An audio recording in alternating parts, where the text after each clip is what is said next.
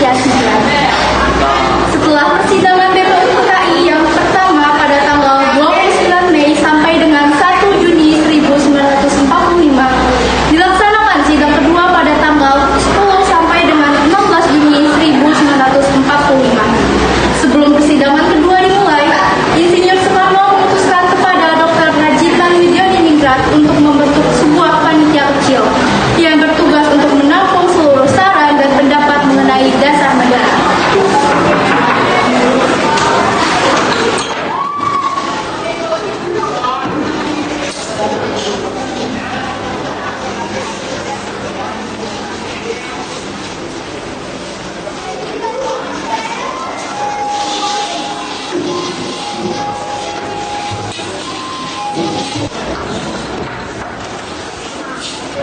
Hasil usulan Insinyur Soekarno tersebut pun diterima oleh Rajiman Widyaningrat. Panitia tersebut disebut dengan Panitia 9 dengan beranggotakan 9 orang, yaitu Insinyur Soekarno yang diperankan oleh Putra Ekia, 2. Muhammad Hatta yang diperankan oleh Uray Adil Muhammad Faiz, 3. Muhammad Yamin yang diperankan oleh Andro Anugrah, 4. Ahmad Sutarjo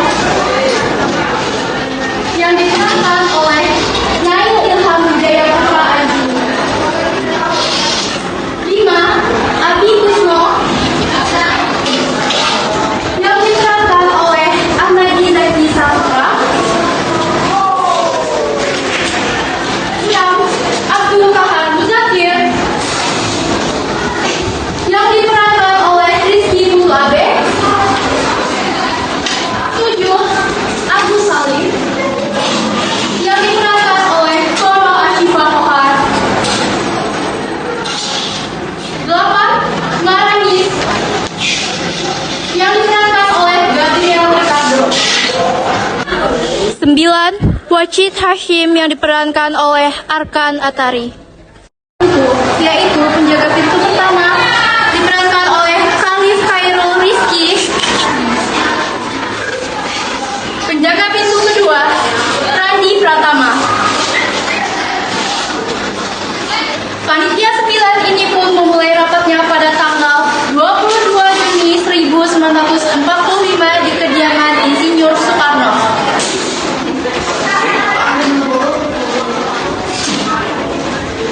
Assalamualaikum warahmatullahi wabarakatuh. Salam sejahtera untuk kita semua. Pada hari ini kita akan menjalankan sebuah rapat yang dimana rapat ini bertujuan untuk mendapatkan ide-ide rumusan dasar negara. Saya selaku ketua akan memimpin acara pada hari ini. Apabila sekalian ingin berpendapat, silakan. Saya Silakan. menurut saya dalam syarat pertama saya menyampaikan masukan ketuhanan dengan kewajiban menjalankan syariat Islam sebagai sila pertama. Sepertinya kita hanya memasukkan syarat saja. Akan terlihat tegur. Indonesia memiliki banyak agama.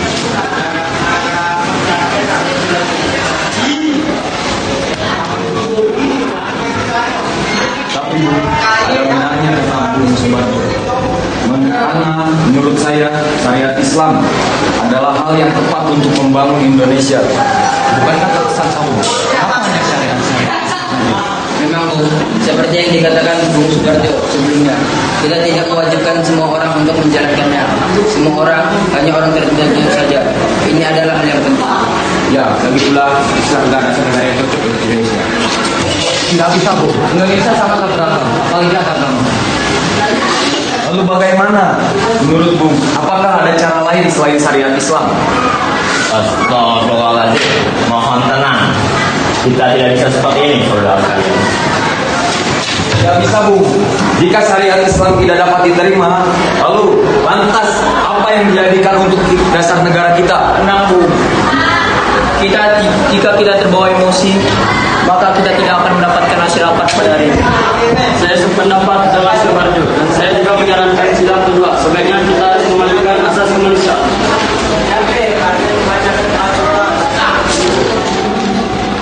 Bung, kemanusiaan juga penting untuk bangsa kita. Terlalu cepat, Bung. Apa sebaiknya asas persatuan dibutuhkan juga? Baiknya asas persatuanlah yang menjadi sila kedua. Untuk kemanusiaan, saya setuju untuk menjadikan yang kedua setelah yang pertama. Baiklah, Bung, saudara-saudara sekalian. Kita akan menyetujui asas kemanusiaan akan menjadi yang kedua. Bung, menurut saya selanjutnya adalah asas persatuanlah yang menjadi sila ketiga. Ya, Bung, saya setuju. Asas persatuan memang cocok setelah asas kemanusiaan. Saya setuju, Bung. Ya Bung, saya setuju untuk menjadikan persatuan menjadi sila ketiga. Baiklah, saudara-saudara sekalian, dengan begitu kita telah menyelesaikan rapat kita pada hari ini. Maka rapat pada hari ini akan segera kita selesaikan. Lalu Bung, apa nama yang cocok untuk asas yang telah kita temukan ini? Setelah kita mengumpulkan seluruh sila-sila yang kita kumpulkan tadi, saya akan menamakannya dengan Piagam Jakarta yang akan saya bacakan pada sidang berikut. Selanjutnya, dengan begitu, pada rapat hari 22 Juni akan saya tutup.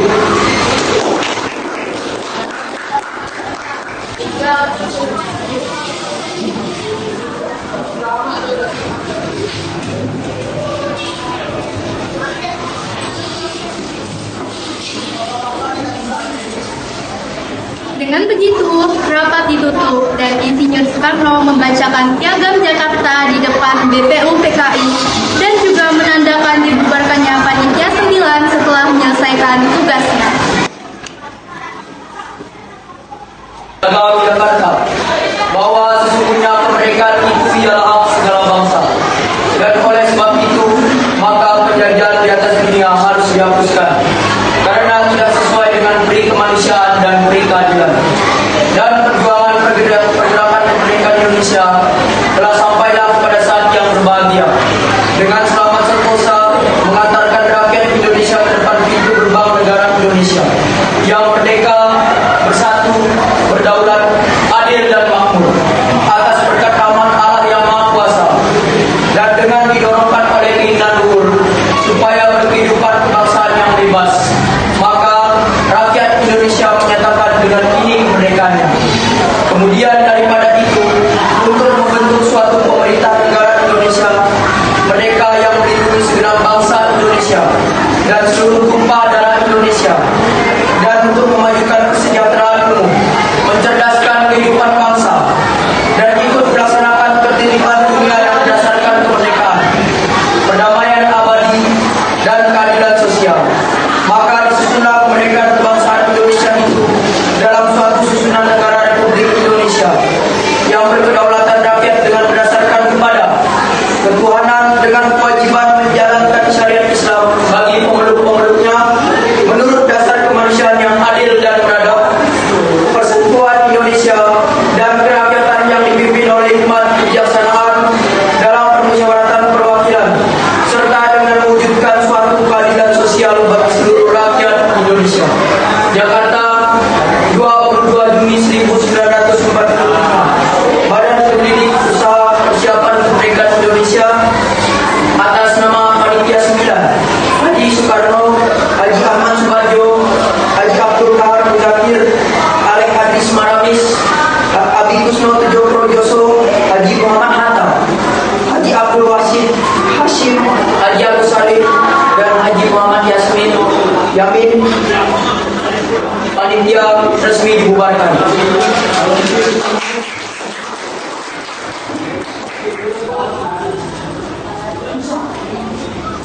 Demikianlah kisah perjuangan Panitia 9 dalam merumuskan dasar negara Indonesia. Dengan semangat persatuan dan jiwa kompromi, mereka berhasil melahirkan Piagam Jakarta yang kemudian menjadi cikal bakal Pancasila. Dari